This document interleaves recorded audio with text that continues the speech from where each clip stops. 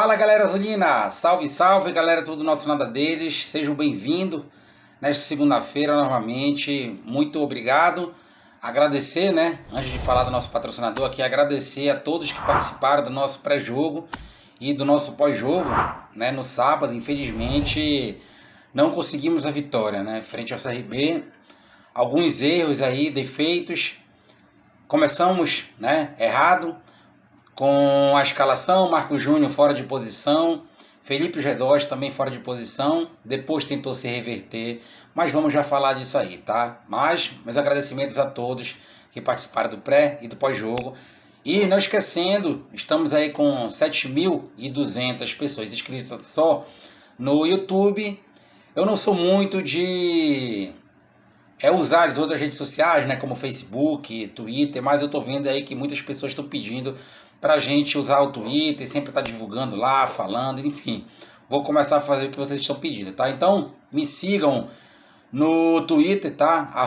@TNND15, vai ficar na tela para vocês aqui no vídeo, tá? Me sigam lá no Twitter. Acabou o vídeo aqui, vai lá no Twitter e siga a gente lá, tá? Que a gente vai estar sempre compartilhando e respondendo a todos vocês, assim como a gente faz no nosso pré e nosso pós-jogo.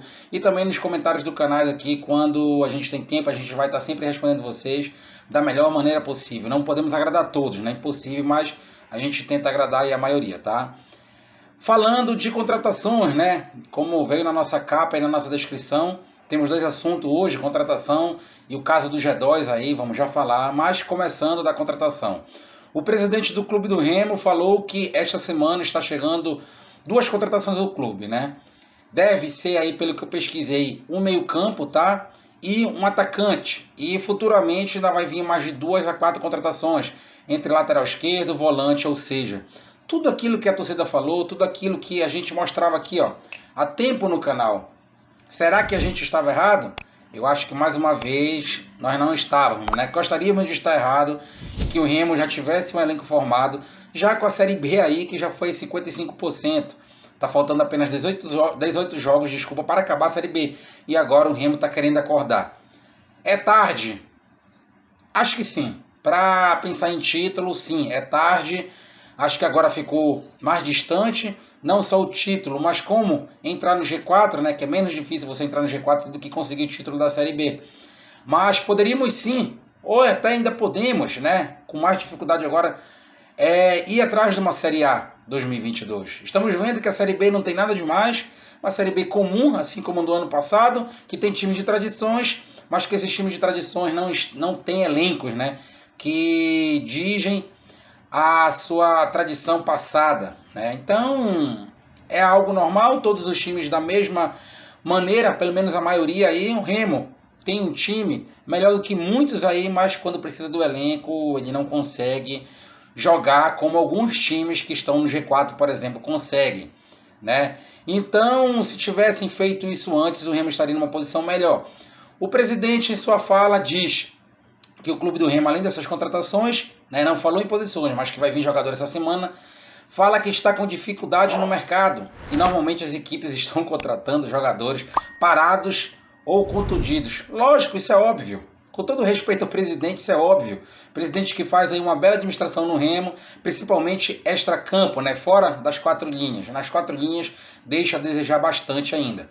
Mas isso é óbvio, claro que no decorrer do campeonato, se não contrataram, falaram que iam contratar, né? Aí no decorrer do campeonato, que após o Paraense iriam contratar jogadores nos campeonatos estaduais, já acabaram os campeonatos estaduais aí há 2, 3 meses, 4 meses praticamente, e nada de contratação. Então o que tem no mercado agora? São resquícios, são jogadores parados, são jogadores batidos, isso é automático. E eu acho que essa questão de os clubes estão contratando não procede. Muitos clubes já contrataram e conseguiram contratar peças boas, né? O Goiás tirou o jogador dos campeonatos estaduais, tirou o atacante principal do vizinho, que já chegou para ser titular, né? O Londrina conseguiu contratar jogador e já colocou para ser titular. Vamos a outro caso, Ponte Preta, idem. O Náutico conseguiu tirar um jogador que estava quase certo com o clube do Remo, né? O Dantas. Então, jogadores que chegaram para ser titular e jogar. O Remo não consegue contratar ninguém quando contrata jogador batido e realmente jogador parado. E viram que não deram certo. O Marco Júnior é um que estava 6 meses parado. Além de vir para o clube do Remo fora de forma, nunca vai entrar em forma aí 6 meses. Parado, tu não vai conseguir entrar em forma com 1 mês, 2 meses treinando. Principalmente para pegar ritmo de jogo. Ainda coloca o Marco Júnior fora de posição. A posição correta do Marco Júnior é primeiro ou até segundo volante. No Remo ele joga de terceiro homem de meio campo, às vezes até armando o jogo. Quando o Remo joga no 4-1-4-1, ele joga também no 4-2-3-1 alternando, né? 4-1-4-1 e 4-2-3-1. Aonde esse 3 da segunda linha do meio campo, um desses jogadores, no caso, foi o Marco Júnior no jogo contra o CRB e não funcionou, já que o Felipe Gedós estava jogando de falso 9, o Tocantins, né, pela ponta direita, o Vitor Andrade pela ponta esquerda e o Marco Júnior um pouco mais centralizado quando o Remo ia para o 4-2-3-1, né? Esse terceiro homem aqui, esse do meio, era o Marco Júnior que tentava municiar o ataque. Não tem condições. O Marco Júnior não consegue jogar nem na sua posição, que é primeiro e segundo volante, né, o mais marcador ou aquele que sai mais um pouco pro jogo, que hoje é o Arthur, né, no 4-2-3-1, não vai conseguir. E no 4-1-4-1 ele joga como MCD, que é meio campo pela direita, né, Tocantins como MD, o Marco Júnior como MCD, o Arthur como MCE, que é o meio campo esquerdo, e o ME, que é o Vitor Andrade pela ponta esquerda. Não vai render, porque ele tem característica mais de marcação e de distribuição de jogo para os lados, não distribuição de jogo para a frente, como é o Felipe Gedós, que consegue fazer isso quando está inspirado ou quando quer jogar, né? E aí a gente vai entrar no ponto do Felipe Gedós.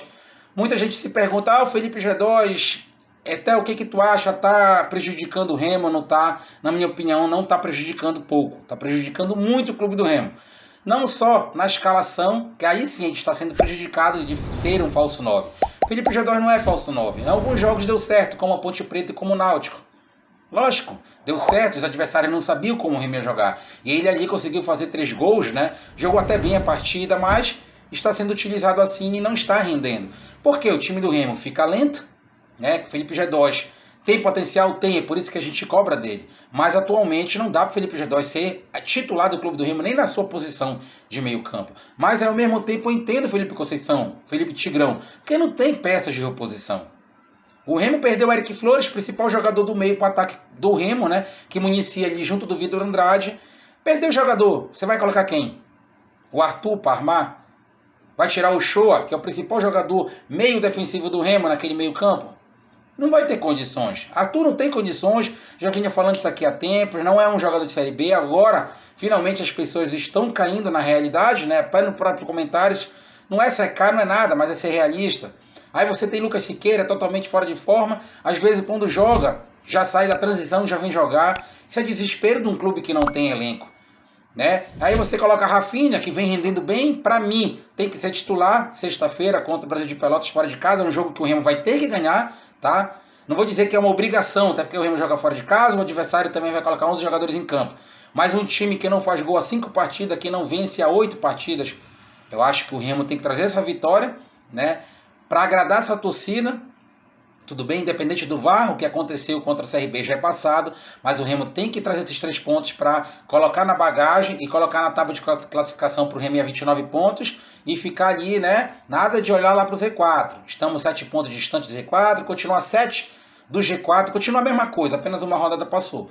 Então o Remo ainda dá ali para sonhar com uma Série A, contratando direitinho, mas o Felipe Conceição tem que colocar os jogadores nas suas posições devidas, porque fora da posição não vão render, né? Na sua posição, quem sabe pode render um pouquinho mais. É o que está acontecendo com o Marco Júnior, é o que está acontecendo com o Gedós, que está sendo sacrificado em jogar em falso 9 e mesmo na sua posição não está conseguindo jogar. Não tem outro.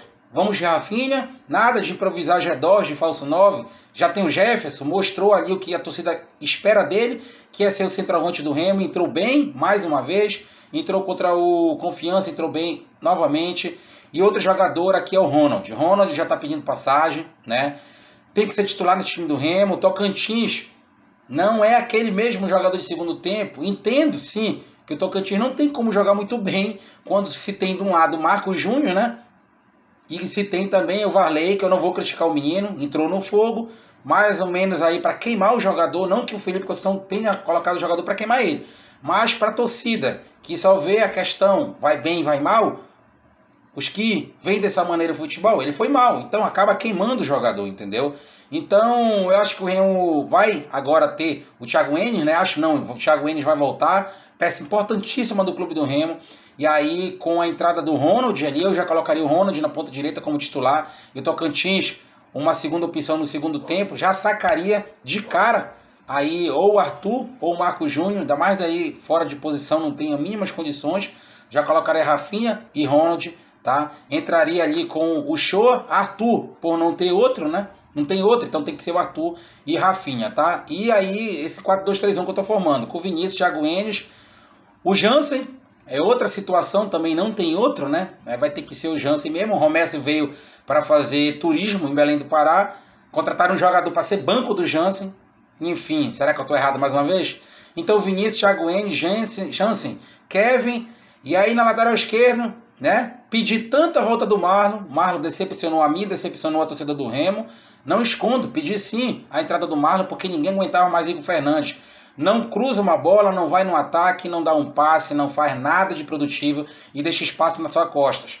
E ontem, sábado, o Marlon entrou, conseguiu ser pior que o Igor Fernandes. Então eu nunca pensei em falar isso aqui, que eu queria a volta do Igor Fernandes, mas é o que temos, né? Mais uma coisa que a diretoria tem que correr atrás do lateral esquerdo. Se vão arranjar, não sei, mas tem que correr atrás do lateral esquerdo, porque o Marlon não tem condições, totalmente fora de forma.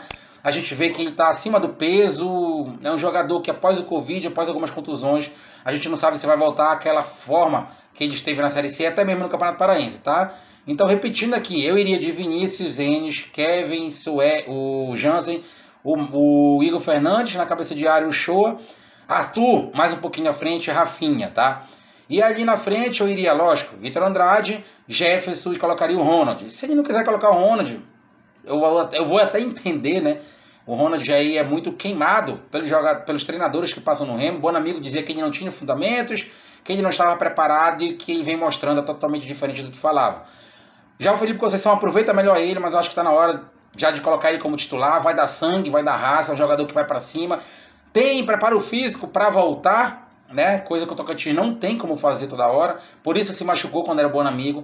Então já colocava ali o Ronald de cara, na frente com o Jefferson e o Vitor Andrade. Porém, a opinião minha aqui do TND, tá? Mas eu acho que seria o mais prudente. Mas vamos esperar a semana aí. Essa semana vai ser recheada. O Remo vai fazer seus treinamentos em Belém, no CT. É viajar quarta-feira, né? Chega lá para descansar, faz mais um apronto lá no Rio Grande do Sul.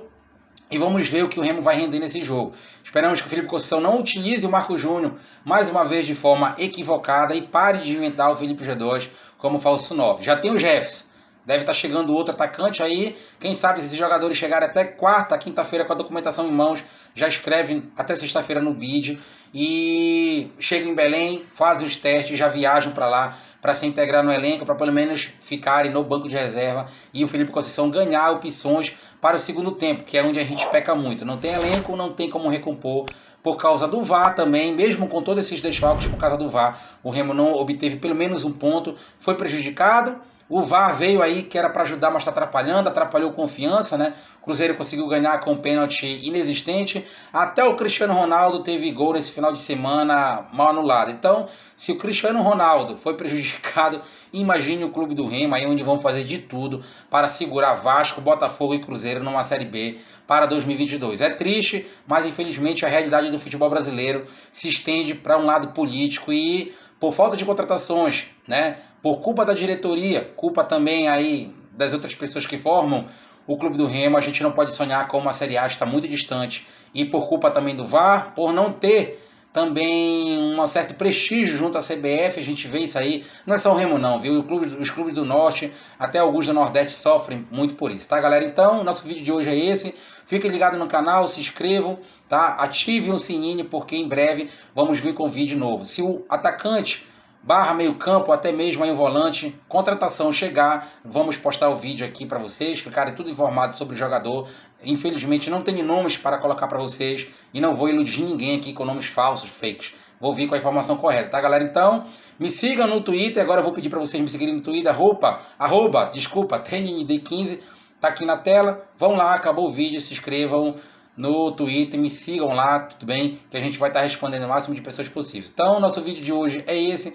Amanhã a gente vai com mais informações, inclusive com os abraços. Tivemos ontem no Repá, né, que ganhamos de 8-2, mais uma vez aí o freguês, até no amistoso.